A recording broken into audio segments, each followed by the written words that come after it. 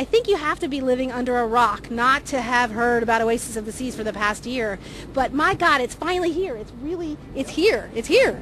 And it is beautiful. First impressions are not how big it is. It's really a beautiful, pretty ship. What we're going to do with you for the next hour or so, we're going to take you on tour. You're on board with us. You're in Fort Lauderdale. You didn't have to fly.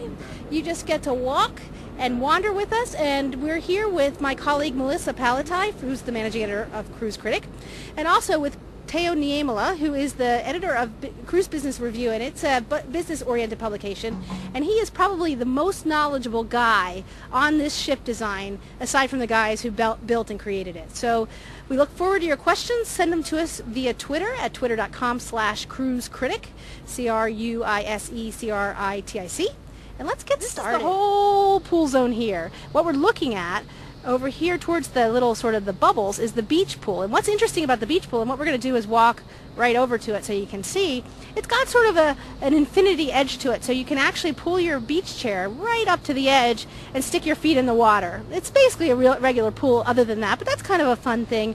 And I look at the striped lounge chairs. They're very cool.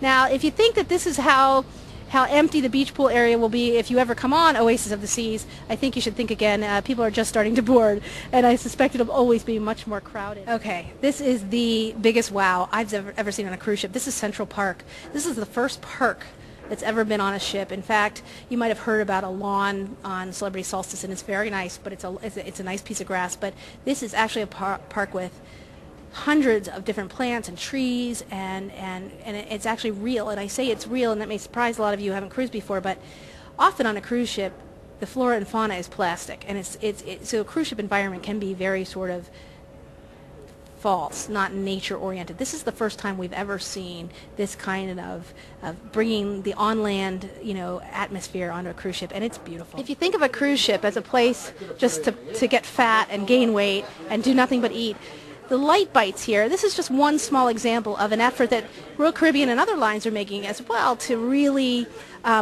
incorporate healthy food onto the ship. So you certainly can come on and eat fattening stuff, but you can also really take it easy on yourself and have some healthy food. And they make it really easy. And actually it looks pretty good. Another question, I'm going to answer it, I guess. Here we go. Laura from Long Island would like to know, how long does it take to walk from one end to the other on the top deck?